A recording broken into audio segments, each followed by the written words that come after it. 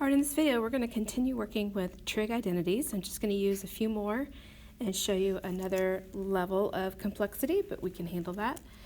So as we look at these, you're going to start using your Pythagorean identities a lot more. So make sure you have your chart available and handy so that you know your Pythagoreans and you can know how they are going to rearrange on you the way we need them. All right, so what I mean by my Pythagoreans are these right in here, okay? So keep those handy, and we're going to look at how do they help us out. So look at this first one, cosecant squared x minus 1 over cosine x, and I'm trying to make it look like the right side of my equation. So cosecant squared and a 1, to me, are indicators it's a Pythagorean, because if you look at all the Pythagoreans over here, everything's squared and there's a 1 involved, right? So I'm going to look and see what's cosecant squared and 1. This one has both of them. And then I think about, okay, can I rearrange this so it looks like cosecant squared x, and I can subtract 1, and what would that equal? Well, it would equal cotangent squared x. Okay, so that means I can replace, that means I can replace this with cotangent squared x over cosine x. All right, one step away. Now, cotangent squared is, remember, is cotangent times cotangent, right? So cotangent x over 1 times cotangent x over 1 times, let's break it up, there's cosine x in there, right? Now, I'm going to leave one cotangent alone because I know cotangent alone, if I replace it with sines and cosines, like is our practice, I might get a cosine removed here. So now I notice I can delete that, right? So now what is left? Well, now I have cotangent x over 1 times 1 over sine x. So what is 1 over sine x? Well, that's a reciprocal property. So I have cotangent x times cosecant x. And guess what? That was my goal, cotangent x, cosecant x.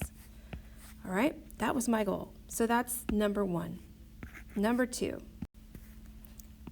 All right, on number 2, I have two binomials that I'm going to have to multiply together using FOIL and see where it goes. I'm trying to get it to be cosine squared. So if I FOIL this, I get 1 times negative sine, 1 minus sine b, inner, plus sine beta, I guess I should say, minus sine squared beta. Now, many of you may have recognized this as a difference of squares, so these two cancel out, which is great. You can skip that step if you know it.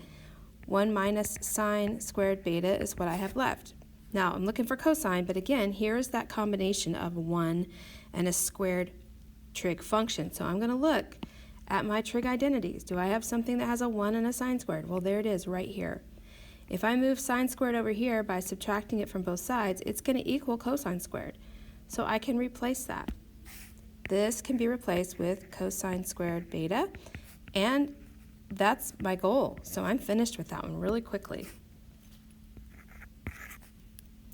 Okay, number 3 is going to be tangent x plus 1 squared equals secant squared x plus tangent, or 2 tangent x.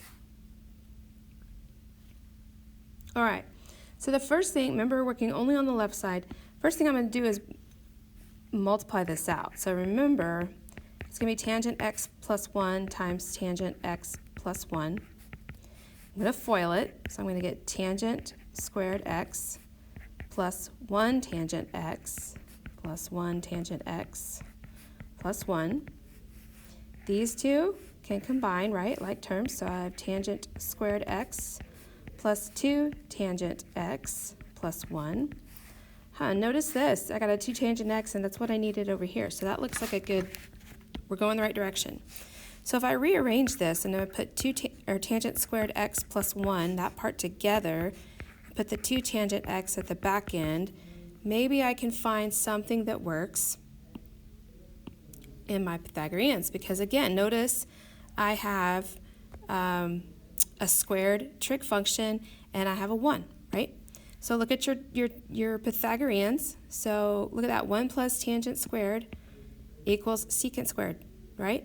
So I can replace this. This can get replaced with secant squared x.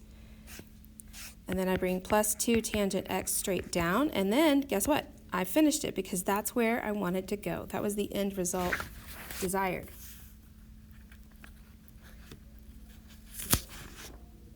All right, one more example for you. Look at number 4 here. It's going to be cosine to the 4th x minus sine to the 4th x equals 1 minus 2 sine squared x. Okay, lots going on here, right?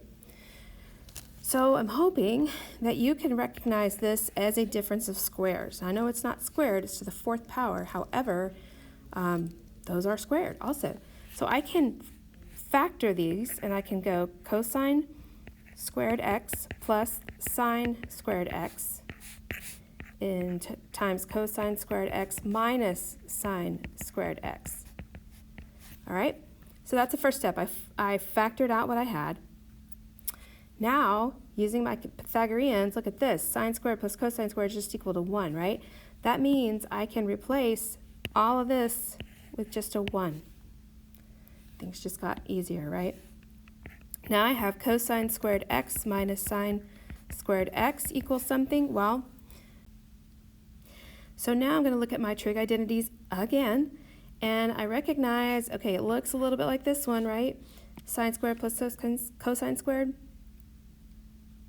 But I would have to do some rearranging. So let's think through this. All right, what could I do? Well, let's solve it for cosine squared. If I solve it for cosine squared x, I get 1 minus sine squared x, right? So that's a replacement I can do. Let's see what happens here.